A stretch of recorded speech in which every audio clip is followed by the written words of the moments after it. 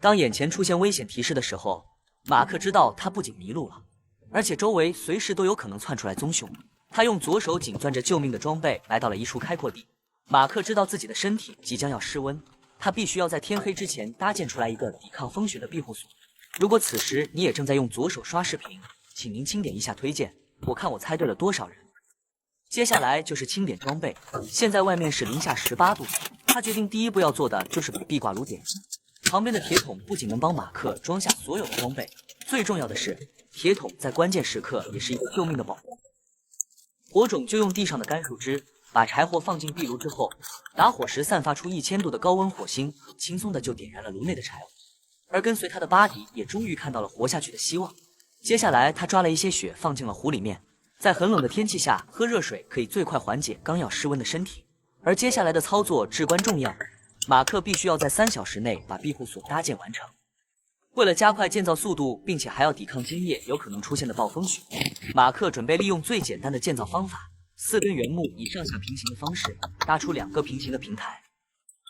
为了防止积雪压塌屋顶，他运用了一个三角屋架原理，形成了一个天然的斜坡。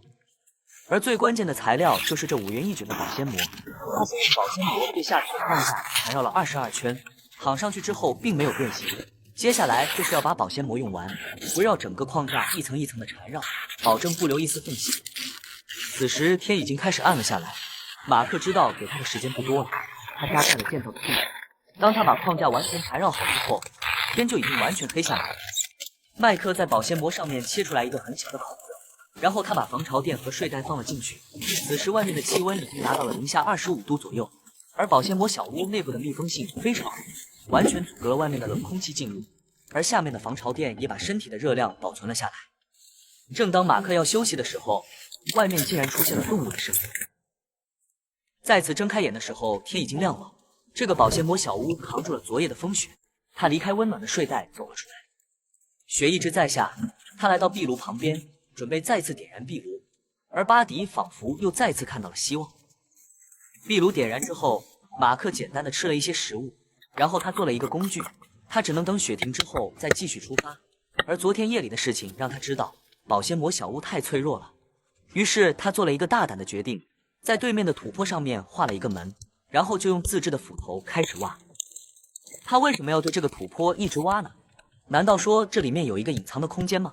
经过半天的时间，他并没有挖到里面隐藏的空间，而转眼间又到了下午，温度在迅速的下降。马克现在需要赶紧把篝火点起来。火点燃之后，马克又开始继续向下挖，他认为里面一定会有一个很大的隐藏空间，但一直挖到深夜，他都没有挖出来那个地洞。2天后，当他打开门时，他的陷阱竟然捕获到了猎物。马克为了挖这个地洞，他已经2天没有吃过肉了。一般有好事发生，后面就一定还会有惊喜。他竟然捕获到了2只美味，回到屋内收拾完之后，就拿出来准备烧烤。这种没有明火的炭火非常适合烧烤。他把美味放上去之后，很快就烤熟了，肉上面的油脂都被烤了出来。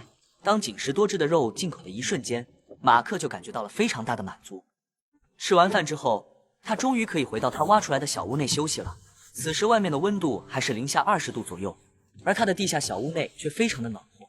从第1天的保鲜膜躲避风雪，一直到现在的地下小暖屋，马克这次经历了5天的极寒下雪天。